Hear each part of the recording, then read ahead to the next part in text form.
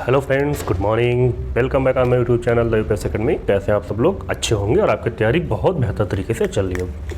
तो दोस्तों आइए शुरू करते हैं आज का अपना नया चैप्टर जिसका नाम है फ्रेज। अभी तक हमने सारी चीज़ें लगभग ख़त्म कर ली है। पार्ट ऑफ स्पीच हमने ख़त्म कर लिया है और क्लास भी हमने देख लिया है। अब थोड़ा सा पार्ट ऑफ स्पीच से हट करके कुछ इंपॉर्टेंट चैप्टर्स हैं जिसमें क्लास, फ्रेज और डिग्री ना, आर्टिकल, ये 3-4 चैप्टर कुछ इंपॉर्टेंट हम देखेंगे। इसके बाद फिर हम शुरू करेंगे अपना tense, narration, voice, synthesis, transformation था, ताकि उसको पढ़ने में हमें कोई भी प्रॉब्लम न फील हो। ठीक है, चलिए शुरू करते हैं बिना समय गवाए। तो हम देखेंगे आज का हमारा चैप्टर है क्या है, फ्रेज। फ्रेज मतलब क्या होता है दोस्तों?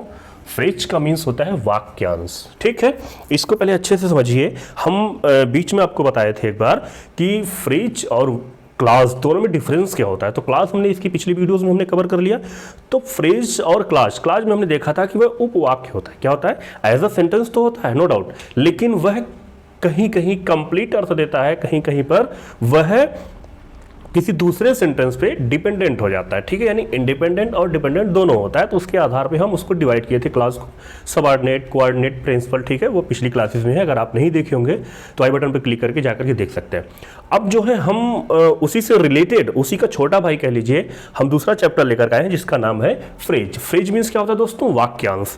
अब वाक्यांश क्या था? वो तो उपवाक्य था, लेकिन ये वाक्यांश। वाक्यांश मतलब यहां से देखिए, सीधे सीधे यहां से समझ में आ रहा है, वाक्यांश यानी कि वाक्य का अंश। भाई वाक्य का अंश है तो जाहिर सी बात है कि वह वाक्य का अंश होगा तो अपने आप में कंप्लीट तो होगा नहीं ना, और बिना उसके कोई वाक्य भी कंप्लीट नहीं होगा ना। वह वाक्य का एक छोटा सा अंश होता है। ज़्यादा बड़ा हो जाएगा तो वो क्लास हो जाएगा। ठीक है, जो अपने आप में कंप्लीट भी अर्थ देता है और नहीं भी देता है। तो फ्रेज यानी कि जो है वाक्यांश होता है। इसमें सबसे पहली चीज दोस्तों, सबसे मेन जो है चीज वो है सब्जेक्ट और वर्ब। ये इसमें नहीं पाए जाते हैं। ठीक है ना, क्या है? सब्जेक्ट और वर्ब इसमें नहीं पाए जाते हैं। दूसरा चीज क्या होता है? ये होता है ग्रुप ऑफ वर्ड्स होता है। क्या होता है? ग्रुप ऑफ वर्ड्स होता है, यानी कि इसमें दो या दो से अधिक, 2-3 वर्ड्स उनको मिला करके हमारा फ्रेज बनता है। तीसरा सबसे इंपॉर्टेंट चीज दोस्तों क्या होता है? नो कंप्लीट सेंस कह लीजिए, या कह लीजिए मीनिंग कह लीजिए। ठीक है ना, यानी कि इसके पास कोई भी कंप्लीट मीनिंग या कंप्लीट सेंस नहीं होता है। समझ में आया? इसके पास कोई भी कंप्लीट मीनिंग या कंप्लीट सेंस नहीं होता है। नेक्स्ट इसका है दोस्तों, यह एक प्रकार का पार्ट्स ऑफ स्पीच होता है। बहुत ध्यान से समझिएगा, ये 4 चीजें बहुत इंपॉर्टेंट है। इसको ध्यान दीजिएगा कि इसमें भी कोई भी जो है एक पार्ट ऑफ स्पीच हो जाता है। ठीक है ना, अ पार्ट ऑफ स्पीच। हाँ, चलिए देखिए, फिर से देखिए कि जो हमारा वाक्यांश होता है, जो फ्रेज होता है, पहली बात तो वो दोस्तों उसके पास कोई सब्जेक्ट और वर्ब नहीं होता है, यानी सब्जेक्ट वर्ब जो एग्रीमेंट होता है वह बिल्कुल नहीं देखने को मिलेगा। सेकंड जो चीज है वो ग्रुप ऑफ वर्ड्स, यानी कि वह वर्ड्स के समूह में होती है, वर्ड्स के ग्रुप में होती है ये। तीसरी जो है, इसके पास कोई भी कंप्लीट सेंस या कंप्लीट मीनिंग देखने को नहीं मिलती है। इस चीज को नोट कर लीजिएगा। चौथा सबसे इंपॉर्टेंट चीज है कि यह एक सिंगल पार्ट ऑफ स्पीच होता है, या एक पार्ट ऑफ स्पीच होता है। ये जो हमारे 8 पार्ट ऑफ स्पीच है ना, उन्हीं में से कोई एक पार्ट ऑफ स्पीच होता है। अब वो क्या होता है, कैसे होता है, हमारे साथ बने रहिएगा, हम आपको बहुत क्लियर समझाएंगे दोस्तों। फ्रेज अगर आप ध्यान से पढ़ लिए तो आपको दोबारा जिंदगी में कभी भी फ्रेज पढ़ने की जरूरत नहीं पड़ेगी। इस बात की दोस्तों 100% गारंटी है। ठीक है, चलिए, क्योंकि बहुत बेसिक से, बहुत अच्छे से, बहुत प्यार से समझाया जा रहा है। अब एक सेंटेंस हम लेते हैं, जैसे एग्जाम्पल भी आपको समझा दे। यहां पे मान लीजिए लिख दिए, he is going to market. ठीक है ना, अब इसमें देखिए, इसको अगर हम ले दो प्रकार, मतलब 2 पार्ट है ना सेंटेंस के, दो इसमें फ्रेज दिख रहे हैं, यानी कि वाक्यांश 2 दिख रहे हैं। एक हीज, दूसरा गोइंग टू मार्केट। या ही इज गोइंग कर लो या टू मार्केट कर लो, ठीक है ना। हाँ, अब इसमें आप देखेंगे क्या ये फ्रेज है। अच्छा, पहली कंडीशन सब्जेक्ट और एग्रीमेंट, ठीक है। क्या ये इसमें सब्जेक्ट और एग्रीमेंट देखने को मिल रहा है? बिल्कुल मिल रहा है। ये हमारा सब्जेक्ट हो जा रहा है, ये हमारा वर्ब हो जा रहा है, एग्रीमेंट हो जा रहा है। तो दोस्तों ये जो एरिया है ये फ्रेज नहीं होगी। नेक्स्ट है टू मार्केट। अब इसमें देखिए पहला सब्जेक्ट और वर्ब मिल रहा है, इसमें नहीं मिल रहा है, ठीक है। दूसरा ग्रुप ऑफ वर्ड्स मिल रहा है, यानी कि ये भी सही है। दूसरा वर्ड ऑफ ग्रुप मिल रहा है, हाँ 2 वर्ड है, ये भी सही है। तीसरा नो कंप्लीट सेंस या मीनिंग। अब देखिए इसमें कोई कंप्लीट सेंस या कंप्लीट मीनिंग मिल रही है, जैसे लिखा टू मार्केट, मार्केट के लिए या मार्केट के लिए, क्या समझ में आ रहा है? मार्केट के लिए क्या कुछ क्लियर हो पा रहा? नहीं हो पा रहा ना, तो ये हमारा क्या हो जाएगा, ये भी सही हो जा रहा है। अगला है पार्ट ऑफ स्पीच। तो ये एक प्रकार की पार्ट ऑफ स्पीच है दोस्तों। क्या है? पार्ट ऑफ स्पीच है। अब पार्ट ऑफ स्पीच क्या हो सकती है बताइए, फटाफट बताइए। आप कहेंगे कि सर मार्केट है, ये तो प्लेस है, यानी कि प्लेस का नाम बता रहा है, ये तो नाउन हो गया ना, नाउन हो गया, वेरी गुड, ये नाउन हो जाएगा आपका। लेकिन अब यहां पे समझने वाली बात है कि नाउन के पहले प्रीपोजिशन आया है ना, क्या आया है? नाउन के पहले प्रीपोजिशन आया है। तो दोस्तों जब भी नाउन के पहले प्रीपोजिशन या प्रीपोजिशन अपने साथ नाउन या प्रोनाउन लेकर के आता है या जीरन लेकर के आता है, तो वह बनाता है क्या, क्या बनाता है बताइए? प्रीपोजिशनल फ्रेज बनाता है। क्या बनाता है? प्रीपोजिशनल फ्रेज बनाता है। और ये काम करता है किसका? एडजेक्टिव का या फिर एडवर्ब का। इस बात को बहुत ध्यान समझिएगा कि बहुत इंपॉर्टेंट बात बता रहा हूं, फ्रेज की जान है ये। क्या? ये प्रीपोजिशनल फ्रेज जो है ना, ये फ्रेज की जान है, बहुत इंपॉर्टेंट चीज है। इसको समझिएगा कि जब भी कोई प्रीपोजिशन अपने साथ नाउन या प्रोनाउन जीरंड वगैरह लेकर के आता है, तो वो क्या बनाता है? प्रीपोजिशनल फ्रेज बनाता है, जो कि काम करता है एडजेक्टिव का और एडवर्ब का। आप कहेंगे सर एडजेक्टिव का काम कैसे करेगा, एडवर्ब काम कैसे करेगा? तो मुझे जहां तक लग रहा है, अगर आप मेरे रेगुलर स्टूडेंट हैं तो बिल्कुल भी प्रॉब्लम नहीं होगी एडजेक्टिव और एडवर्ब को पहचानने में। क्यों? क्योंकि इसके पहले मैंने पार्ट्स ऑफ स्पीच बहुत बेहतर तरीके से आपको समझा दिया है। अगर आप नहीं देखे हैं, नहीं पढ़े हैं, तो जाकर के प्लेलिस्ट में दोस्तों देख लीजिएगा, बहुत अच्छे समझाया गया है। इसीलिए बोला जाता है कि आप इतने सिस्टमेटिक ढंग से पढ़िए ना, ताकि धीरे धीरे रास्ता आपका क्लियर होता चला जाए, चीजें आसान होती चली जाएगी। और एक बैग हम एक बड़ा सा देखेंगे तो हम परेशान होंगे, बाप रे बाप इतना कैसे तैयार करें? तो उसको सिस्टमेटिक ढंग से देखिए, पढ़ाने को हर कोई पढ़ा लेगा, समझाने को हर कोई समझा लेगा, लेकिन चीजों को आपके लिए आसान बना दे, इतना सिस्टमेटिक ढंग से वो बताने वाले बहुत कम मिलेंगे दोस्तों, ताकि वो चीजें ऑटोमेटिक समझ में। अब देखिए हमको यहाँ पे एडजेक्टिव एडवर्ब बताने की जरूरत ही नहीं पड़ेगी। क्यों? क्योंकि इसकी ऑलरेडी वीडियोस हमने डाल रखी है, ठीक है। लेकिन फिलहाल जो नए हैं उनके लिए मैं बता दे रहा हूँ कैसे पता करेंगे। अगर ये एडजेक्टिव होगा तो दोस्तों ये नाउन या फिर प्रोनाउन की क्या बताएगा? विशेषता बताएगा। एडवर्ब होगा तो ये क्या करेगा? इनके अलावा जितने भी आते हैं, जैसे वर्ब ना, एडजेक्टिव या फिर खुद एडवर्ब, इनकी विशेषता बताएगा तो एडवर्ब कहलाएगा। अब यहां से आप समझ जाएंगे ये किसके बारे में बता रहा है। जैसे कि प्रीपोजिशनल फ्रेज है, ये तो एडजेक्टिव और एडवर्ब का काम करता है। तो अगर ये नाउन प्रोनाउन के बारे में बताएगा तो ये हमारा एडजेक्टिव का काम करेगा। अगर वर्ब एडजेक्टिव और एडवर्ब का के बारे में बताएगा तो वो एडवर्ब का काम करेगा। क्लियर हो गया? चलिए फ्रेज समझ में आ गया होगा अच्छे से। ये कंडीशंस हैं, इसको नोट कर लीजिए कहीं या इसकी साथ ले लीजिए दोस्तों, ठीक है। राइट कर लीजिए। अब हम बात करेंगे किसकी? बात करेंगे फ्रेज, टाइप्स ऑफ फ्रेज की बात करेंगे। किसकी बात करेंगे? Types of phrase. कितने प्रकार के होते हैं चलिए देखते हैं। बात करेंगे types of phrase. How many types of phrase? So we will know about the types of phrase। तो इसके कितने प्रकार होते हैं दोस्तों? There are 3 types। आपके सिलेबस में जो है फ्रेज के 3 प्रकार दे रखे हैं। कितने दे रखे हैं? 3 प्रकार दे रखे हैं, ठीक है। कौन कौन से हैं? कौन कौन से बताइए? एक है नाउन फ्रेज, एक है नाउन फ्रेज, दूसरा है एडजेक्टिव फ्रेज, ठीक है। साथ में आप नोट डाउन भी करते रहिएगा, क्योंकि मैं बोल रहा हूं, इसीलिए तो मैं बोल रहा हूं, ताकि हाँ जहां आप मैं बोल रहा हूं उसको आप सुन कर नोट करिए, और जहां पे लगे स्पेलिंग की प्रॉब्लम वहां पे आप देख लीजिए, ठीक है। तीसरा है एडवर्ब क्लास। 2 और एडिशनल हैं दोस्तों, जिनको सिलेबस में नहीं है लेकिन उनके बारे में जानना बहुत जरूरी है। एक है वर्ब क्लास और दूसरा है सॉरी क्लास कहाँ से आ गया भाई बीच में, वही तो मैं कहूँ, फ्रेज। और 5वां है जो अभी हमने चर्चा करी थी, प्रीपोजिशनल फ्रेज। क्या है? Prepositional phrase. ठीक है, ये हमारे पांचों हैं, एक एक करके हम सबको देखेंगे। एकदम से घबराना नहीं है, बिल्कुल आसान है, दोबारा आपको फ्रेज पढ़ने की जरूरत नहीं पड़ेगी। आज बहुत क्लियर तरीके से आपको समझा दिया जाएगा। चलिए देखते हैं। यानी कि अगर हम बात करें नाउन फ्रेज की, तो नाउन फ्रेज दोस्तों आप इसको पहचानेंगे कैसे? मैं कुछ ओरल चीजें बता दे रहा हूं जो चारों में कॉमन है। वो क्या है? जो चारों में कॉमन है वो क्या है दोस्तों? वो है, हमें देखना है क्या? Head word. ठीक है ना? क्या देखना है? Head word. यानी कि हेड वर्ड या फिर मेन वर्ड, इनमें मेन वर्ड क्या है? फ्रेज तो समझ में आ गया, लेकिन अगर हम देखेंगे इसमें जो हेड वर्ड इसका है वो क्या है? चलिए, यानी कि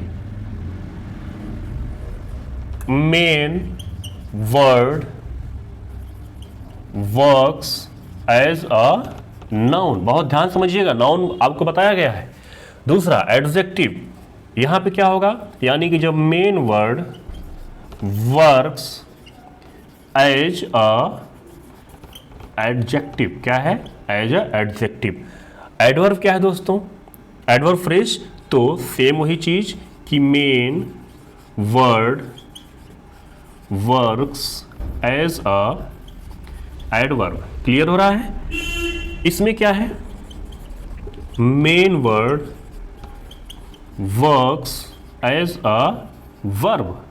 समझ में आ रहा होगा? बहुत आसानी से एकदम समझा देंगे दोस्तों, कभी फ्रेज में कोई प्रॉब्लम ही नहीं होगी। और इसमें क्या होता है?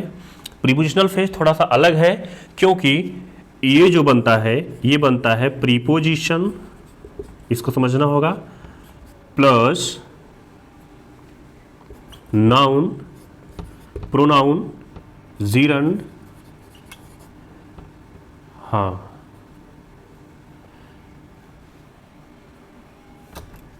इन्हीं से मिल करके, यानी कि प्रीपोजिशन के साथ नाउन, प्रोनाउन प्लस जीरंड आ जाते हैं तो प्रीपोजिशनल फ्रेज बनाते हैं। ठीक है ना? ये समझ में आ गया? फटाफट इसका स्क्रीनशॉट ले लीजिए। ये ट्रिक है दोस्तों, इसके माध्यम से आप तुरंत पकड़ लेंगे कि फंक्शन किसका कर रहा है? नाउन का। फ्रेज है, फंक्शन कर रहा है नाउन का, तो इसमें मेन वर्ड नाउन हमारा है, तो हो जाएगा क्या? Noun phrase. अगर ये काम कर रहा है एडजेक्टिव का, मेन वर्ड उसमें फ्रेज के साथ में एडजेक्टिव आया है, तो फोकस एडजेक्टिव पर, तो हो जाएगा एडजेक्टिव फ्रेज। अगर मेन वर्ड हमारा एडवर्ब है, फोकस है एडवर्ब पर, फ्रेज के साथ एडवर्ब, हमारा पूरा फ्रेज जो है एडवर्ब पर फोकस कर रहा है, तो हो जाएगा एडवर्ब फ्रेज। वर्ब में वही सेम चीज है, सेम कहानी है। प्रीपोजिशन में थोड़ा सा अलग है, क्योंकि प्रीपोजिशन के साथ में अगर ये नाउन प्रोनाउन आ जाएगा तो जीरंड का काम करेगा। सॉरी, जीरंड आ जाएगा, प्रोनाउन आ जाएगा, नाउन आ जाएगा, किसके साथ? प्रीपोजिशन के साथ, तो हो जाएगा प्रीपोजिशनल फ्रेज, जो कि काम करता है, ये भी नोट कर लीजिएगा, एडजेक्टिव या फिर एडवर्ब का। ठीक है ना? इसको स्क्रीनशॉट ले लीजिए, फिर मैं आगे बताता हूं आपको फटाफट। अब एक एक करके हम फटाफट देखेंगे, 5 मिनट के अंदर देख लेंगे, कहीं जाइएगा नहीं। वीडियो दोस्तों अगर समझ में आ रही है, चीज़ें समझ में आ रही है, तो वीडियो को लाइक कर दीजिएगा, दोस्तों के पास शेयर कर दीजिए, और अगर चैनल पर नए हैं तो सब्सक्राइब जरूर करिएगा। आपके सब्सक्रिप्शन से और आपके लाइक से, आपके कमेंट से हमको मोटिवेशन मिलता है दोस्तों। तो अगर मैं मेहनत करके सारी चीज़ें आपको अच्छे से प्रोवाइड करा रहा हूँ, सिंपल भाषा में आपको दे रहा हूँ, तो आपका दोस्त थोड़ा सा कर्तव्य बनता है कि वीडियो को लाइक जरूर करिए। अब जो नाउन है, जैसे एक सेंटेंस लेते हैं, एग्जाम्पल देखिए, जैसे he is a beautiful girl. ठीक है?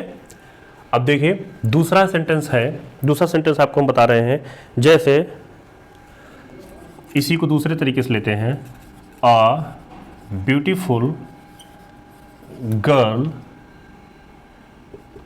Is running. ठीक है? अब देखिए, he is a beautiful girl, क्या है? He is a beautiful girl. अब इसमें हीज क्या ये हमारा फ्रेज होगा? नहीं होगा। क्यों? क्योंकि पहली कंडीशन हमारी क्या? सब्जेक्ट प्लस वर्ब नहीं आना चाहिए, लेकिन ये सब्जेक्ट प्लस वर्ब है। और दूसरा क्या है? अ ब्यूटीफुल गर्ल, ये हमारा फ्रेज हो जाएगा। क्या हो जाएगा? फ्रेज हो जाएगा, क्योंकि इसमें मेन वर्ड क्या है? A girl who is beautiful. देखिए, ये ब्यूटीफुल गर्ल है। आप कहेंगे सर ये तो एडजेक्टिव है हमारा, ये नाउन है हमारा, तो यहाँ पे फ्रेज कैसे बन रहा है? तो ठीक है, यहाँ पे एडजेक्टिव हो गया, लेकिन इसको हम डिफाइन करेंगे थोड़ा सा, तो क्या हो जाएगा? A girl who is beautiful, इसको देखिए, इसको देखिए, जो हमने इसको यहाँ पे इसको डिटेल में बताया है। A girl who is beautiful, यानी कि एक गर्ल, एक लड़की जो कि बहुत खूबसूरत है, एक लड़की जो कि बहुत खूबसूरत है। तो मेन चीज क्या हो गया, मेन चीज हो गया गर्ल ना, गर्ल के बारे में बात हो रही ना, तो ये जो दोस्तों फ्रेज है वो कौन सा फ्रेज हो जाएगा, बोलिए, नाउन फ्रेज हो जाएगा। समझ में आ रहा है, क्या हो जाएगा, नाउन फ्रेज हो जाएगा। ठीक उसी तरीके से अब ये कहेंगे सर नाउन फ्रेज बाद में नहीं, पहले भी आ सकता है, जैसे अ ब्यूटीफुल गर्ल। अब ये इज रनिंग नहीं आएगा। अच्छा ये क्या है, अभी हम बता रहे हैं आपको। अ ब्यूटीफुल गर्ल भी यहाँ पे एक फ्रेज है और एक फ्रेज इज रनिंग भी है। कैसे है, क्योंकि इसमें वर्ब देखने को मिल रहा है, सब्जेक्ट देखने को नहीं मिल रहा है। देखिए अ ब्यूटीफुल गर्ल, आइए देखते हैं। तो यहाँ पे हमने देखा, यहाँ पे हमें दो फ्रेज मिल रहा है। कैसे मिल रहा है, तो इसमें देखिए अ ब्यूटीफुल गर्ल, सेम वही चीज देखिए, a girl who is beautiful. तो इसमें हेड वर्ड किसको हिट करना है, किसको मेन पकड़ना है, मेन वर्ड को। मेन वर्ड हमारा क्या, गर्ल है। और ये क्या हो जाएगा, एक चीज और नोट करिएगा, ध्यान दीजिएगा, हम इसके पहले बताना भूल गए। अगर नाउन है तो जो फ्रेज होगा इसके साथ क्या मिलेगा, नाउन प्लस मॉडिफायर मिलेगा। क्या मिलेगा, मॉडिफायर, यानी कि जो नाउन को मॉडिफाई करे, या तो मॉडिफायर प्लस नाउन मिलेगा या नाउन प्लस मॉडिफायर मिलेगा, यानी नाउन के बारे में बताएगा। ठीक है ना। चलिए अब देखिए फ्रेज कैसे बन रहा है। तो ये हमारा बन गया नाउन फ्रेज। क्या बना, नाउन फ्रेज। अभी हमने इसके ऊपर चर्चा करी। अब बात इसकी है, तो जो हमने पार्ट्स ऑफ काइंड्स ऑफ जो फ्रेज हमने पढ़ा था, जिसमें हमें 3 प्रकार के थे जो सिलेबस में है। चौथा जो हमारा वर्ब था ना, वर्ब फ्रेज। तो दोस्तों वर्ब फ्रेज जो होता है उसमें हमें मिलेगा क्या, हेल्पिंग वर्ब मिलता है प्लस मेन वर्ब मिलता है। क्या मिलता है, helping verb plus main verb. ठीक है। और मेन वर्ब भी कहीं कहीं हो जाता है। क्या हो जाता है, सिर्फ मेन वर्ब ही।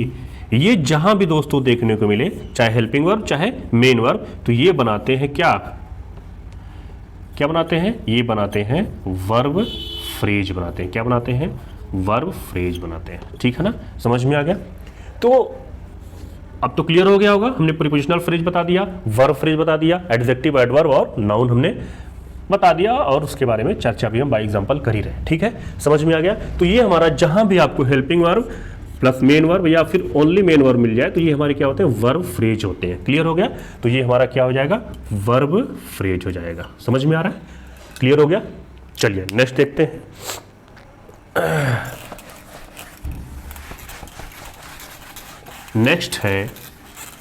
नेक्स्ट हमारा जो है उसमें देखेंगे हम एडजेक्टिव फ्रेज के बारे में। ठीक है ना। जैसे एडजेक्टिव फ्रेज कैसे पहचानेंगे, आप कैसे पहचानेंगे बताइए। देखिए एक एग्जांपल मैं लेता हूं जो जिसमें कहा गया है, ही लिव्ड इन अ वुडन हट। ठीक है ना, कि वह रहता था किसमें, एक वुडन हट में रहता था। अब देखिए ही लिव्ड तो होगा नहीं, फ्रेज होगा नहीं, फ्रेज कहाँ मिल रहा है, ही लिव्ड इन अ वुडन हट। ठीक है, वुडन हट। अब यहां पे अगर बात करी जाए, एक से इसी को ये बात की थी, हमारा एडजेक्टिव हो जाएगा। क्यों, क्योंकि लकड़ी से बनी हुई झोपड़ी। ठीक है ना। चलिए ये तो हो गया एडजेक्टिव, ये हो गया हमारा क्या, नाउन हो गया, ये हो गया एडजेक्टिव हो गया। अब ये है, बता सकते हैं कौन सा फ्रेज है ये एडजेक्टिव फ्रेज होगा। कैसे कहेंगे सर ये एडजेक्टिव फ्रेज कैसे होगा, तो इसको थोड़ा सा तोड़िए, देखिए कैसे तोड़ेंगे। इसी को कहा जा सकता है, ही लिव्ड इन अ हट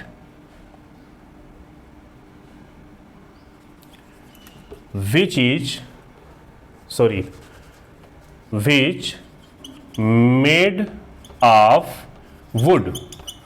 देखिए he lived in a hut which made of wood, यानी कि वह एक झोपड़ी में रहता था जो कि बनी किससे थी, वुड की बनी थी। अब यहां पे दोस्तों ये जो इन अ हट which is made of would, देखिए इसमें हमने इसी को तो तोड़ा है ना, इन अ हट विच मेड ऑफ वुड, ये जो है बनी किससे थी। अब जिस झोपड़ी की बात हो रही है वो बनी हुई है लकड़ी की, तो मेन इसमें क्या है, मेन इसमें आ गया ना, मेड ऑफ वुड। झोपड़ी तो बहुत हट है, लेकिन कौन सी झोपड़ी, जो वुड की बनी हुई है, वुडन हट है। तो ये हमारा हो जाएगा क्या, एडजेक्टिव फ्रेज हो जाएगा। ठीक है, क्या हो जाएगा, एडजेक्टिव फ्रेज होगा। क्लियर हो गया दोस्तों। समझ में आ रहा है।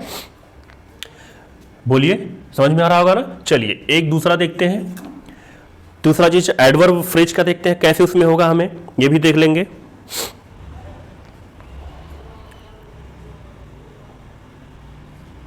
देखिए एक सेंटेंस है ही फेल डाउन, एक सेंटेंस है क्या, ही फेल डाउन। दूसरा है सी राइट्स क्लियरली, क्या है, सी राइट्स क्लियरली। समझ में आ रहा है। अब इसमें देखिए कौन सा फ्रेज है, ये फेल तो होगा नहीं, अब इसको कौन सा फ्रेज इसमें है, बोलिए बोलिए, डाउन। अब देखिए कैसे पहचानेंगे, कह रहा है ही फेल टू डाउन, यानी कि वह गिरा, गिरा तो लेकिन कहां गिरा, नीचे की तरफ गिरा। अब ये भाई हमारा अगर देखा जाए बता के डाउन है, बता रहा है फेल के बारे में, फेल हमारी वर्ब है, तो ये हमारा हो जाएगा एडवर्ब, एडवर्ब होगा ना। तो जब ये एडवर्ब होगा तो यहां पे देखिए किसके बारे में, अब इसको हमने थोड़ा डिटेल में लिखा फ्रेज जाने के लिए, he fell to down, he fell to down, वह गिरा, लेकिन कहां गिरा, नीचे की ओर गिरा ना। तो मेन क्या हो गया, मेन फोकस किस पे है, नीचे की ओर है। तो डाउन हमारा एडवर्ब था, बता रहा है क्रिया के बारे में, तो ये हमारा क्या हो जाएगा, इसको बोलेंगे एडवर्ब फ्रेज, ठीक है, या फिर क्या बोलते हैं, एडवर्बियल फ्रेज बोल देंगे, क्या बोलेंगे, एडवर्बियल बोल देते हैं, ठीक है ना। समझ में आ गया, ये एडवर्ब फ्रेज हो गया। कैसे, क्योंकि जो डाउन है डिफाइन कर रहा है फेल को, गिरने को, कि वो गिरा कहां गिरा, नीचे गिरा, फेल टू डाउन, मेन ये हो गया। समझ में आ गया, इस तरीके से तोड़ के पढ़ेंगे बिल्कुल भी आपको समझ में आ जाएगा। अगला है सी राइट्स क्लियरली, वह लिखती है, सी राइट्स क्लियरली कैसे लिखती है, अब लिखने के बारे में बता रहा, मॉडिफाई कर रहा ना, तो ये हमारा हो जाएगा, क्या हो जाएगा, एडवर्ब हो जाएगा। क्यों, क्योंकि जिसके बारे में बता रहा है वो हमारा क्या है, वर्ब है। तो जो वर्ब को मॉडिफाई करे वो क्या हो जाता है, एडवर्ब हो जाता है। समझ में आ गया। अब ये एडवर्ब क्लास बनाएगा, ये क्या बनाएगा, एडवर्ब क्लास। कैसे पता चला, ये तो होगा नहीं क्योंकि सब्जेक्ट और वर्ब आ गया, ये होगा नहीं, ये हमारा होगा। अब कहेंगे सर एक शब्द, तो एक शब्द भी एडवर्ब, सॉरी क्लास नहीं फ्रेज, एडवर्ब फ्रेज होता है। तो कैसे होगा, अब इसको भी डिफाइन करेंगे हम, she writes, she writes in the clear way. देखिए सेम वही चीज है, she writes in the, sorry in a clear way, in a clear way, यानी कि बहुत स्पष्ट तरीके से वह लिखती है, ही राइट्स क्लियरली, ठीक है। अब इन अ क्लियर वे बन गया फ्रेज ना। तो दोस्तों ये है समझना, आप किसको कितना तोड़ तोड़ के समझ पा रहे हैं, ये तभी समझ पाएंगे जब आप ध्यान से पढ़ेंगे, पूरा अपना बेस्ट दे करके पढ़ेंगे, तभी समझ में आएगा, ठीक है ना। ये हो गया इन अ क्लियर वे, ये मतलब एक स्पष्ट तरीके से। तो स्पष्ट तरीका जो है ये हमारा एडवर्ब है, बता रहा है किसके बारे में, वर्ब के बारे में, ठीक है। और चूंकि ये ग्रुप ऑफ वर्ड्स है तो यहां पे बन जा रहा है, क्या बन जा रहा है, एडवर्ब ऑफ या एडवर्ब फ्रेज बन जा रहा है, क्या बन जा रहा है, एडवर्ब फ्रेज बन जा रहा है। क्लियर है, समझ में आओगे बहुत अच्छे से, चाहे तो अब स्क्रीनशॉट ले सकते हैं, ठीक है। और दोस्तों फ्रेज की क्लासेस कैसी लगी आप कमेंट करके जरूर बताइएगा, कुछ इंप्रूवमेंट करने की जरूरत है तो भी बताइएगा। और मेरा प्रयास है बहुत अच्छे से, बहुत सिंपल तरीके से आपको समझाने के लिए। अगर आप इसको ध्यान से पढ़ लेंगे, नोट्स बनाकर, दोबारा जिंदगी में कभी भी फ्रेज पढ़ने की जरूरत नहीं पड़ेगी। बहुत क्लियर और स्पष्ट और एकदम सरल भाषा में आपको समझाया गया। फ्रेज हमने देख लिया, फ्रेज में कितने प्रकार के हमने देखा जो कि आपके सिलेबस में है, noun phrase, adverb phrase, adjective phrase, 3 हमने देख लिया। 2 हमने और देखा सॉरी 2 हमने देखा जिसमें एक वर्ब है फ्रेज, दूसरा है प्रीपोजिशनल फ्रेज। वर्ब फ्रेज सीधा सीधा वही होता है, हेल्पिंग वर्ब, मेन वर्ब, उसी को हम वर्ब फ्रेज बोलते हैं। और जैसे राइट्स को ले लें तो राइट्स अपने आप में वर्ब फ्रेज है, ठीक है ना। और कहाँ है, लिव्ड है, ये अपने आप में वर्ब फ्रेज है। हमने प्रीपोजिशनल फ्रेज देखा, प्रीपोजिशनल फ्रेज को हमने बहुत अच्छे से डिफाइन किया, बहुत अच्छे से समझाया। तो आज की फ्रेज जो है यहीं पर समाप्त होता है। वीडियो को लाइक करिएगा, चैनल पर नया सब्सक्राइब करिएगा दोस्तों, और कमेंट करके जरूर बताइएगा क्लास कैसे लगी है। फिर मिलते हैं अगली क्लास में हम नेक्स्ट वीडियो लेके, तब तक के लिए thanks for watching this video.